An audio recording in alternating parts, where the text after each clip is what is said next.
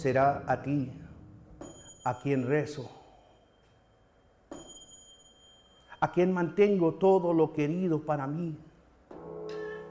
Mandatos para vírgenes, a la esperanza nacida en valles, llanos perdidos en alguna costa. Yo soy morrino, iquiqueño, y para mí dar una lectura de poesía aquí es ideal para retornar, ¿verdad? De cumplir el círculo, regresar al comienzo, ¿verdad? Un mandato escurriendo manos húmedas a una generación herida que huele a ropa nueva, nunca realmente entendiendo lo que significa la palabra fe.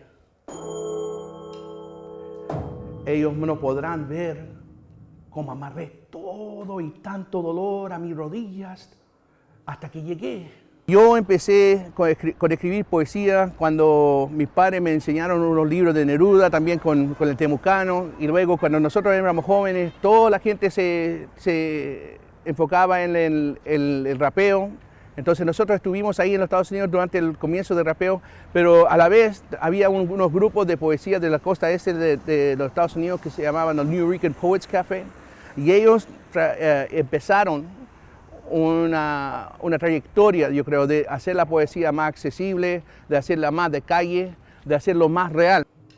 Pues puse tanta inocencia sobre mi espalda, tantas palabras perdidas en la jornada, dejada como tantas piedras y tanto silencio, que las comí esas palabras sangrientas, las comí.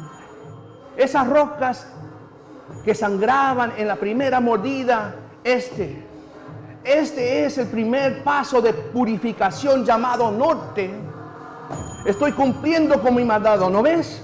Me arrastro como otros han hecho para curar los males, para alimentar, para traer lluvia a los llanos en llamas.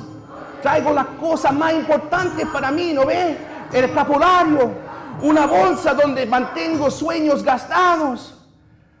Sueños gastados que todavía me tienen despierto cada noche.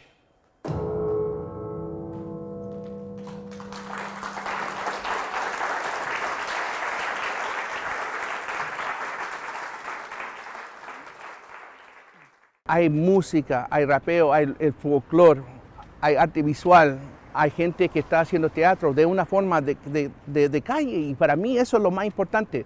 No tenemos que negar lo que somos. Somos todo y somos nada, como decimos en la poesía.